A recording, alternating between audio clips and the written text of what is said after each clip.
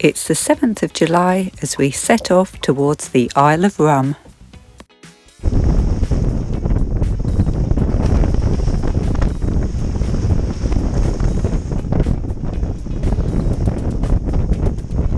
We knew it would be a lively sail as it was already blowing 18 knots when we left.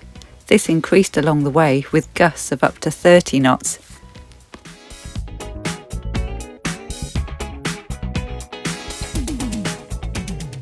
It was not the best time to notice water in the bilge, but fortunately it was fresh water, not salty, which was a relief, but a problem we needed to solve.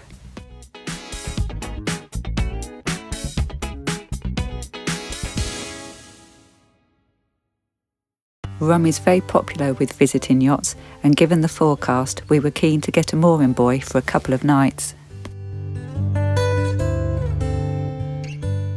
As always, when we arrived somewhere new, we were keen to get off the boat and have a look around.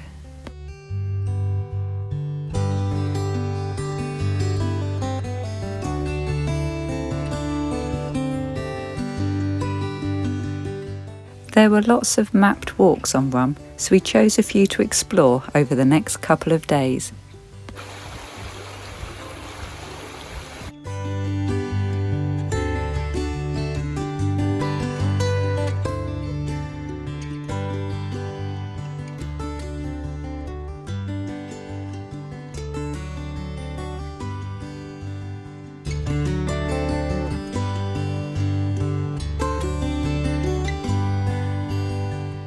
And you never know what you're going to find.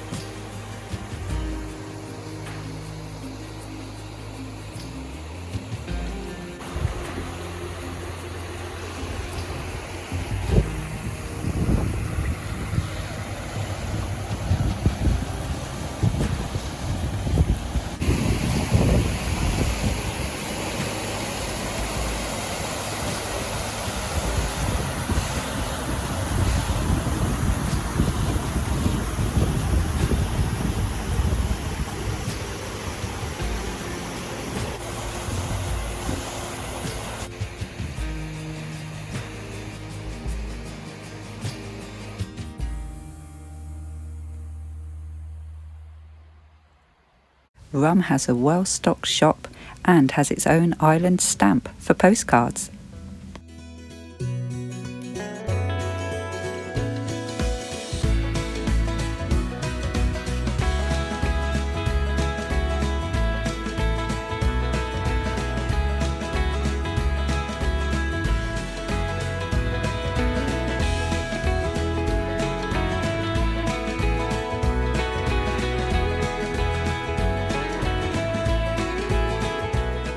There seemed to be lots of places you could stay on Rum, and everyone was catered for.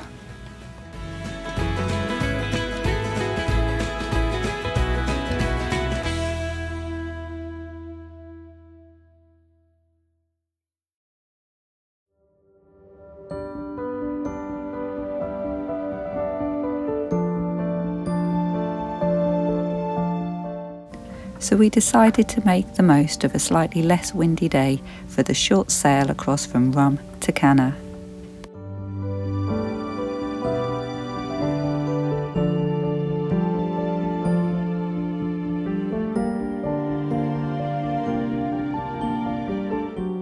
Our timing was good, and once again we were lucky to get a visitor mooring buoy in the bay at Canna.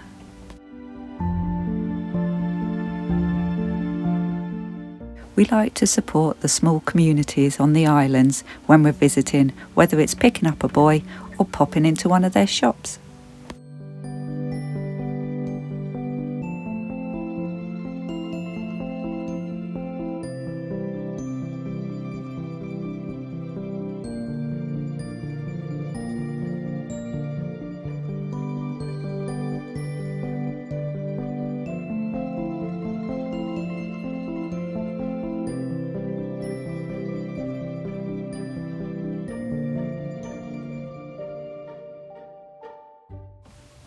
The weather and the terrain were certainly very varied as we explored the island.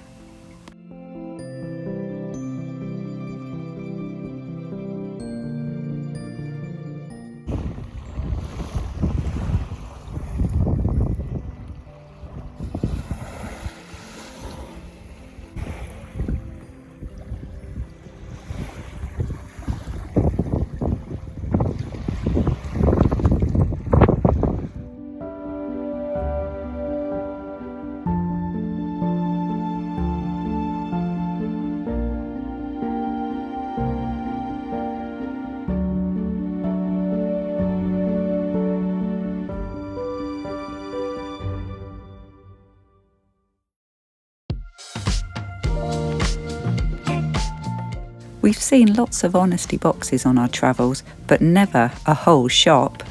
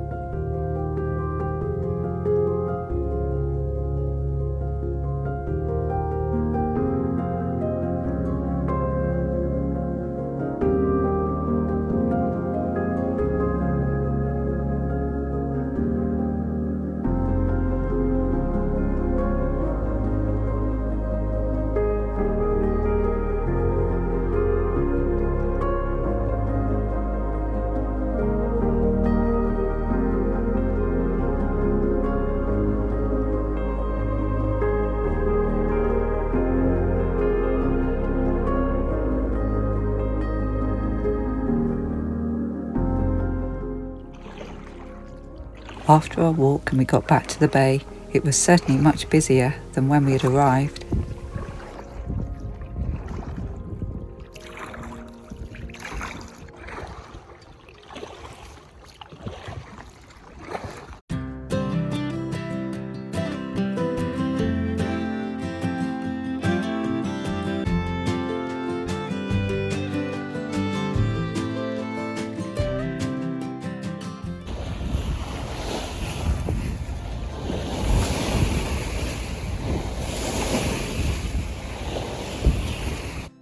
So with some good weather forecast, we thought we'd pop back across to the Outer Hebrides.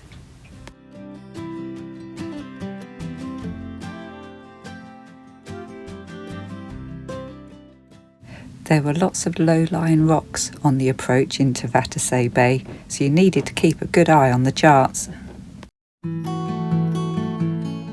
Just the one solitary dolphin enjoyed the bay. And so did we. What a beautiful beach it was.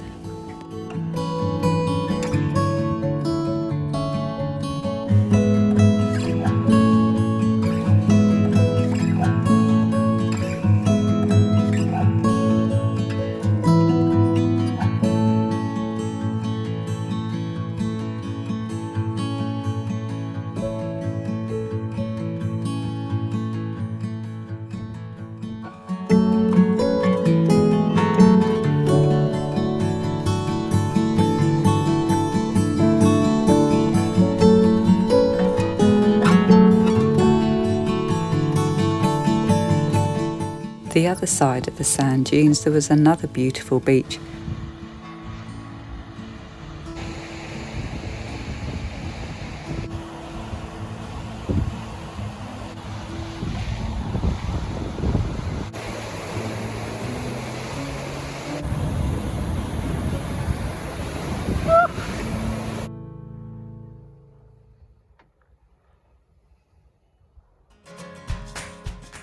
Simon caught lunch as we moved around from Vatersay to Castlebay.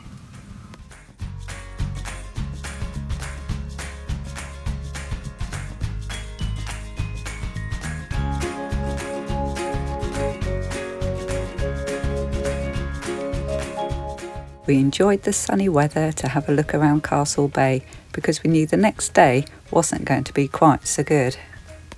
But we had a plan to go and see something quite different.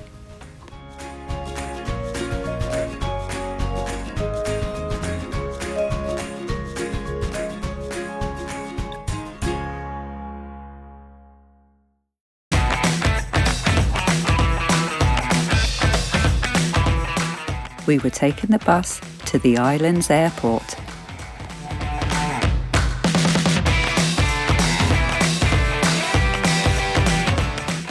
We got on the bus with a French couple we'd met at the marina who decided the bus driver was in training for the Paris-Dakar rally.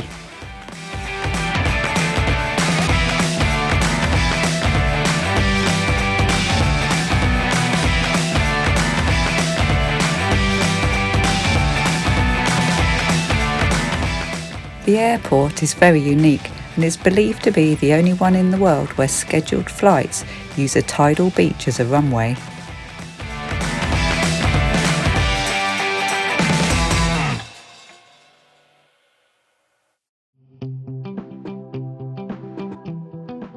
We had time to walk across the sand dunes and along the beach before the aeroplane was due to arrive.